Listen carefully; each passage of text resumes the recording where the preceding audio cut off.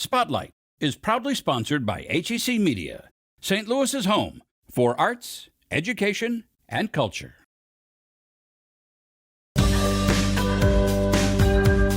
Walk around and encourage people to see the museum that they're living in. We might have had something much different standing on St. Louis's riverfront today.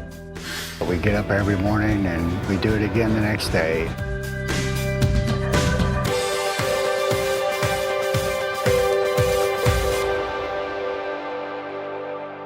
Today on Spotlight, the iconic Gateway Arch almost looked a lot different. See the other ideas that were in the running at the riverfront. Plus, a WashU professor uses modeling to show you how the climate may change by 2028. And then preventing teacher burnout, how to create positive habits for a healthy mindset.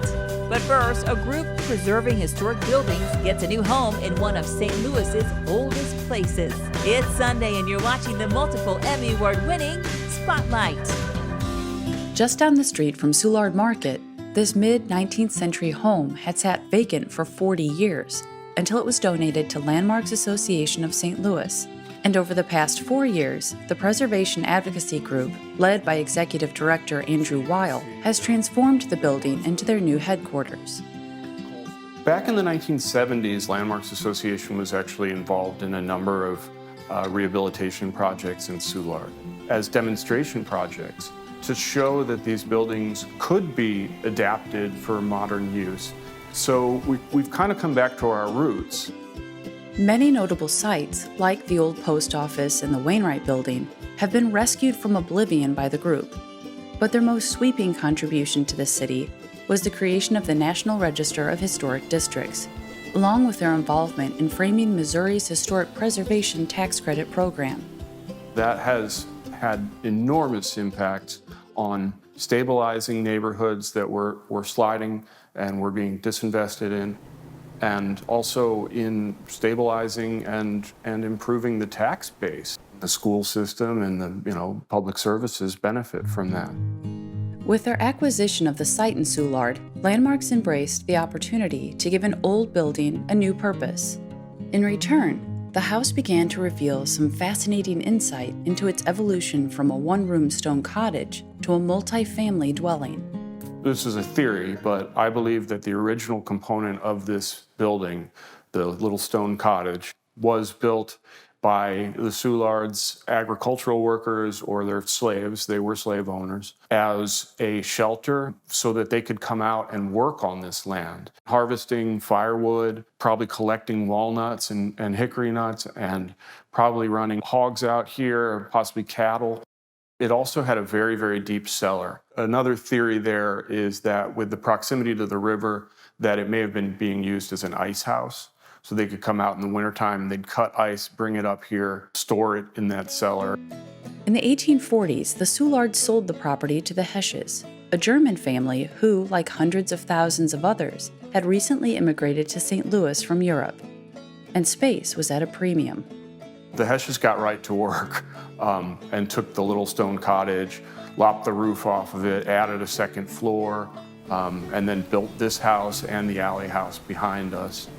By the turn of the late 19th century, there were upwards of 30 plus people living in this complex. This was a two-family space with a dividing wall between. So each family on the second floor and the first floor would have had one room and one fireplace, and that was it. Every space, from the dirt floor cellar to the sweltering attic, was filled with people, and all of them dependent upon one lone outhouse in the courtyard, which was located right next to the water cistern. It's a wonder, in quotes, that we had such problems with, cholera and other waterborne diseases because they put these facilities right next to each other and the water would pass between them. This courtyard would have really been the center of household activity, especially in the summer and hotter months. And you can imagine the clotheslines going across the courtyard, kids playing, and probably chickens, cooking to a certain extent. The courtyard may have provided relief from the cramped quarters inside, but it presented major logistical challenges as crews navigated the small area to dig, put in sewer lines, and pour concrete. Another significant issue were the crumbling walls. P.T. Barnum said there's no such thing as bad publicity. If the front wall of this building had fallen onto the Mardi Gras parade, I think that would have been bad publicity. A major reason for the structural instability was the strange hodgepodge of bricks. Some were sturdy and hard-fired, made to withstand the elements, but these were mixed in with softer bricks that were meant only for interior use. I believe that part of that is because of the 1896 tornado. The church across the street, we have historic photos of that, was almost completely knocked over. I can't imagine that this building didn't sustain damage. So you can imagine people going around with wheelbarrows and rebuilding their homes with the bricks that they can, get their hands on.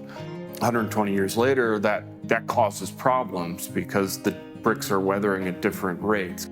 To solve this problem, a whole new internal structure was built, then covered with bricks to preserve the original style of the building. So we started and worked off a photo from the 1890s for the guys to measure from and make sure we hit the number of bricks so that everything lined up the way it did before.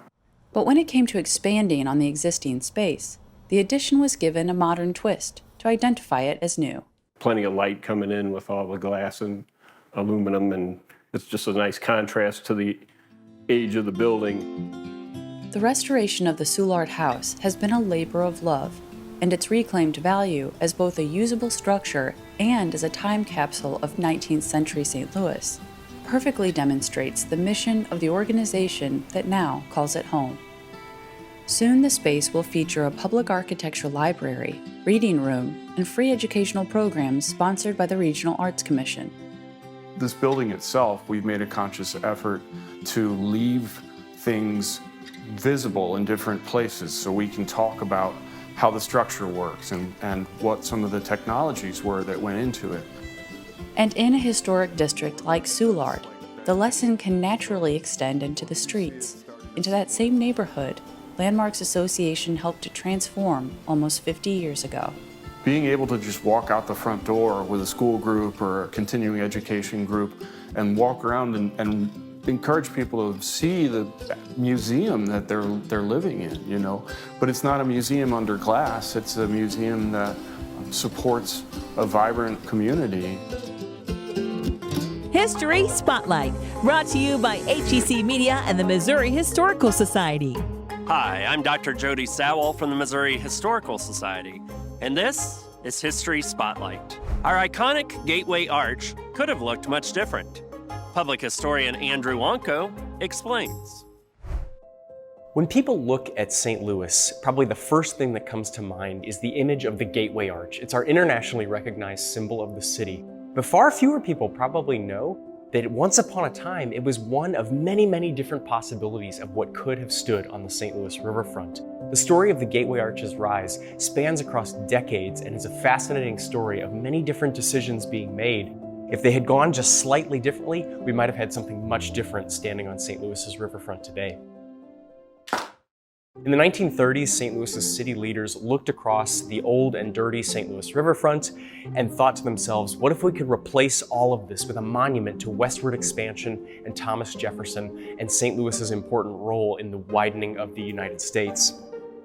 By the late 1930s, they had actually secured federal funding for this idea, and they managed to tear down the entire St. Louis riverfront. More than 400 buildings across 40 blocks came down in the course of just 2 years. It's an amazing loss to our city's history when we look at it today, but at the moment, they did not see these structures as having any future value. So they had this big blank open spot on the riverfront, but even at that time, still nobody knew what this memorial was going to look like. It would take about a decade later before they opened up an architectural competition to design the St. Louis Riverfront Memorial. There were 172 different entries from all across the United States. They were chosen by a panel of 7 judges that included architects and city planners and other people who were interested in this. There were 2 rounds of competition, and the judges looked at all of the different entries. Each entrant was only allowed to present 2 big boards that told the entire story of their project, and that was all the judges knew and had to choose from. Young Eero Saarinen was a Michigan architect trying desperately to get his first big commission and break out from beneath the shadow of his much more famous father, Eliel Saarinen, who was also an architect. And he chose to enter the St. Louis Riverfront Memorial Competition. He came up with this idea of St. Louis being a gateway, and he started to play around with the idea of an arch. Had the competition only been one round, the arch probably wouldn't be the icon we think of it as today. His original arch was only about 300 feet tall instead of more than 600 feet tall. It was much more semicircular, almost like a rainbow, and it would have been made out of concrete instead of encased in stainless steel. So I can only imagine what the 50-year-old concrete arch on the riverfront would have looked like today. It wasn't until the second round of competition that Eero Saarinen unveiled the stainless steel skin and made it much more taller and graceful. The judges unanimously chose him the winner in the second round of competition, but he had some very stiff competition. Looking at the story of the Gateway Arch and how it was chosen from, again, 171 other possibilities for what could have been on the riverfront, this iconic design, we can't imagine anything else standing there today. Once upon a time, just a few people making a decision could have seen that changed very drastically. Next week on History Spotlight, a look at African American newspapers in St. Louis. To learn more about the Missouri Historical Society, visit mohistory.org. HEC Media. Recognized, celebrated, honored time and again for excellence in the industry. HEC Media has been bringing home the hardware for over a decade. Arts and education to author talks, magazine shows and documentaries, individual craft achievements to overall excellence. Find all of the award-winning content at hecmedia.org. Scorching desert heat, the record-setting string of 31 consecutive days above 110 degrees in Phoenix, Arizona, is part of an unrelenting series of summer heat waves baking the United States and other parts of the world this summer. July 2023 is confirmed to be the Earth's warmest month on record by a large margin. With the record-breaking global heat and extreme downpours and flooding, it's hard to ignore that something unusual is going on. This summer, June and July, these months have been the warmest months ever by a lot. And so we really seem to be on a record-shattering trajectory. It's likely that 2023 will break records as the warmest year ever. Michael Wysession is a professor of Earth, Environmental, and Planetary Sciences at Washington University in St. Louis. He's closely observing the summer of 2023 and says he expects unusually high temperatures to continue through at least 2025, which means even more extreme weather in the near future. Wysession expects the heat domes will get stronger and grow in size. With the increase in greenhouse gases, this is our future. This is it. Things will just get worse. This is the rest of your life. This is the rest of my kids' life. Almost always, each year will be worse than the one before. And 2026 might be a little bit less, but it will still be much more than 2020. Why now? First, Wysession explains humans have increased the amount of carbon dioxide in the atmosphere by 50%, primarily through combustion of fossil fuels in vehicles and power plants. By increasing it 50%, we have significantly jolted our entire planetary climate system. And there are contributing natural factors, making matters more of a hot mess. They've all combined to be a positive increase to the global temperature. First, El Nino, which has a storyline that's still unfolding. There's a 90% chance of there being a full-blown El Nino. It will take a year or so to see this borne out. During a time of an El Nino, the water kind of backs up in the western part and starts to flow back again. This warm water at the equator, unusually warm water, transfers heat to the atmosphere and warms the Earth. And the plot thickens with solar fluctuations. We are getting a boost in our temperature globally from this increase in solar energy. So the solar cycle has an 11-year cycle. The timing is pretty set, and the current solar output is increasing, and the sun's output will peak in the year 2025. To boost, a most unusual twist. The largest volcanic eruption of the 21st century so far. It turns out that this large eruption in Tonga, the Hunga eruption, occurred underwater. It vaporized a vast amount of seawater and put a huge amount of water vapor up into the atmosphere. And water vapor is a very powerful greenhouse gas. It will add warming to our atmosphere for probably at least the next 5 years or so. And so it's just one more factor that has tipped the scales in record-breaking territories. He says the best way to help would be an immediate and drastic shift away from fossil fuels. We really have to change at an international level now, quickly, to avoid some of these catastrophes, which are already happening. It's important to keep a sense of hope throughout this. In demand, wine and whiskey barrels from Missouri, later on Spotlight. On this episode of Classroom Matters Podcast, host Christy Houle talks with Grace Stevens about burnout and how to create positive habits for a healthy mindset.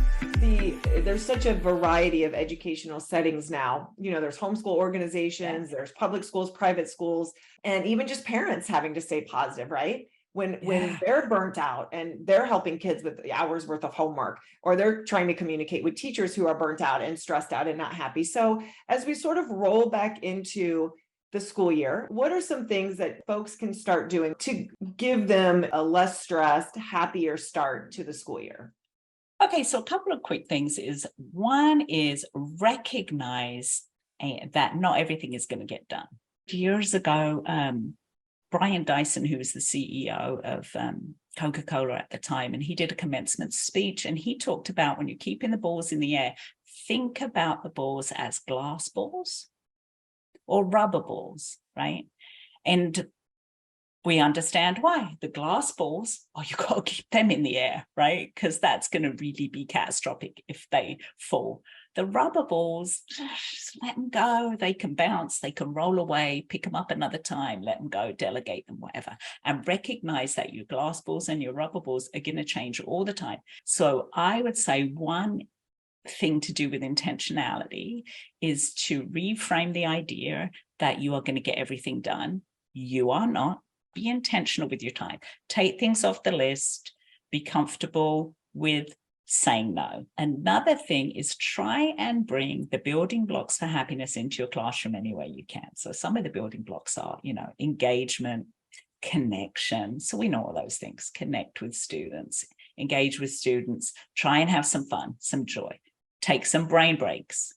Maybe sometimes you need more energy in the room, then you're going to take like a brain boost, right? You're going to run to the fence and back, or you're going to, do something to get everybody's energy up and then change. So feel like you have some kind of autonomy. Take back, right, your agency in your classroom. It's one of the things I loved.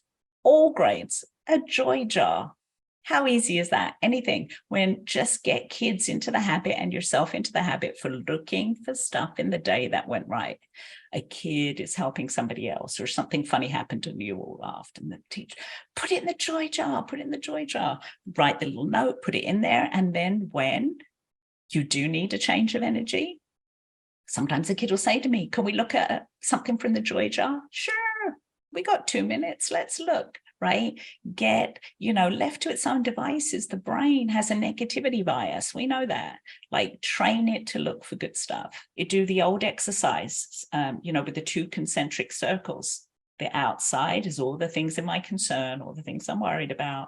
The inside is all the things I have control over, which is still plenty as a teacher. Your energy, your attitude, right? How you talk about others, how you talk to yourself.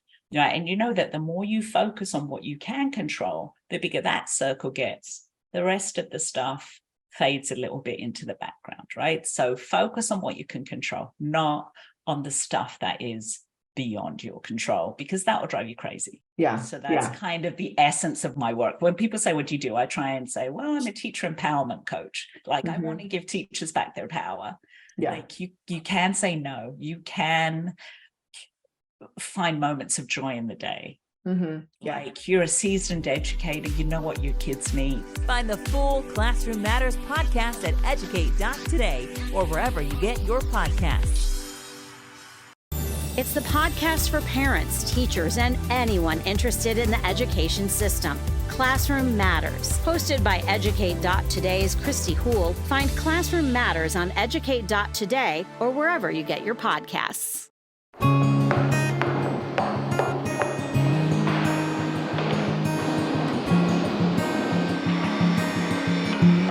You know, I love making barrels. Working with your hands, it's an art in itself, a very old art, you know, 4,000 or 5,000 years old. I love it. I just love it. At the Oak Cooperage in Higbee, Missouri. It's got to be something good. I want it to be something that I can be proud of that I made. This year, these craftsmen will hand build 10 times as many wine and whiskey barrels as residents in the small town. It's crazy busy this year. The barrel market is just nuts right now. So many people wanting barrels. I've seen where you've had really good, you know, heavy years, but nothing quite like this. What makes these barrels special is what also causes the Cooperage's greatest obstacle: time. There's no way to speed the process up. It starts with the wood. The oak's barrels are made from Missouri white oak. So sought after, the Napa Valley winery Silver Oak bought this cooperage in 2014 to guarantee a supply of these special barrels. It now also sells thousands more to other wineries and distilleries. Everybody's did the testing. Silver Oaks tried wood from all over the country, and they kind of settled in on Missouri white oak. I think it's the single most important tree in the Northern Hemisphere. You know, it's just very, very important. And everybody wants it. Here's why. Look at how close together these white oak rings are. So you're looking at grains per inch. It's tighter grain, 12 to 16 grains per inch. The grains or rings store the tree's sugars. Putting a barrel over a fire transforms those sugars and flavors from raw wood to spice and vanilla. When you first pull it off the fire, it kind of smells like a freshly toasted bread to me, like it coming straight out of the oven. Time is what causes all of those coveted flavor-filled rings in Missouri white oak. Growing conditions are harsher here than in other parts of the U.S., so the trees grow slower. It takes 80 to 100 years for a Missouri white oak to be ready for harvest. Once the trees are delivered and cut into staves, there's another waiting period while they season outside for 24 to 36 months. You tend to bleach the stave more so you get more of the tannins out. The stave becomes more balanced, if you will. And then there's the time and skill of these craftsmen. There are only about 50 master coopers in the U.S. These two have 56 years in the industry between them. It's a long process from the time of learning how to prep wood and grading and setting a barrel. And I mean, it takes so many years to learn it all. I haven't learned it all, and I'm sure Jack would tell you the same thing. Every day seems to have a new challenge.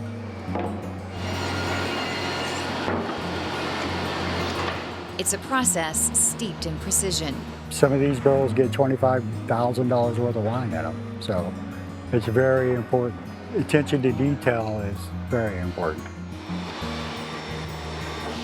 We know the barrel we want to make, so it's important to us to get the wood we needed to make it. And that's where another challenge, years in the making, lies. What we're seeing in both the wine, but really in the spirits, are exponential growth of barrels. Our forest can't support this growth because we haven't been managing our forest. The average age of a Missouri white oak tree is 60 to 80 years. We have a lot of big trees out there, but we don't have a lot of young trees coming on to replace the big trees. It's like a bell-shaped curve. And so we know if we don't start managing our woods now, that we're not going to have them in 60 years, 80 years. Baby Missouri white oaks need sunlight to grow, which they can't get under the massive mature oaks. But maples, elms, and ironwood trees can flourish in the shade. That's what's going to replace the white oak. And that's not really what we want from a wildlife habitat perspective or for a forest products perspective. White oak trees are very important for wildlife. So there's over 400 species of insects that use oaks in general, and over 100 wildlife species feed on acorns and depend upon acorns for their survival. So it's just an iconic species that we really can't do without. To ensure the future of white oaks in Missouri, MU School of Natural Resources started the Sustainable Forestry Initiative, funded by hundreds of thousands of dollars from Independent Stave Company, the world's largest barrel manufacturer, which happens to be based in Missouri, as well as other cooperages and distilleries around the state. You got a little white oak seedling right there. Yeah, it's probably a little seedling sprout. It looks like it has been nipped back a couple of times. But that's your future forest. The initiative recently hired Brian Schweiss to educate the public on how to continue to grow this tremendous resource. One of the greatest challenges is that 83% of the forests in Missouri are owned by private landowners, and a very small percentage of those landowners are actively engaged in managing their forest land. The Davis family bought these 80 acres in 1986. But it wasn't until the Sustainable Forestry Initiative that Joe Davis brought in a forester. I think a lot of landowners care deeply about their property, but probably make some missteps because they're not trained foresters. This looks excellent. You know, they came in, they took out a number of trees, created what we call a little group opening to get enough sunlight down here. A lot of white oak regeneration, impressive on the white oak regeneration. And then this is just tremendous cover for wildlife too. There's browse and escape cover in here. Blackberries coming on. This is wonderful. I've learned so much in the last few years working with the foresters who've been out here. Look up at the top of that tree, buddy. Look how tall it is. What I love so much about being part of this program now is I can walk through the woods with my kids and we can have an understanding of what we're looking at. You want to see this tree? Let's touch it. This is an oak tree. And it doesn't just benefit our family, it benefits the entire ecosystem in which we live. It's something that we all have to take serious. You know, we plan on doing our part even though we're a really small cooperage. After all, for the oak, it is a business built out of the trunks of those majestic trees, where time only adds to their greatness. We've always had this saying here, we haven't made our best girl yet. But we get up every morning and we do it again the next day. You know, it keeps us striving for excellence. I feel blessed to be a part of it. It's been a lot of fun. Next week, our show is dedicated to the St. Louis Art Fair. Find out what's new and meet the artists of the fair. Thanks for watching Spotlight. Join us next Sunday at 9:30 a.m. on KPLR 11.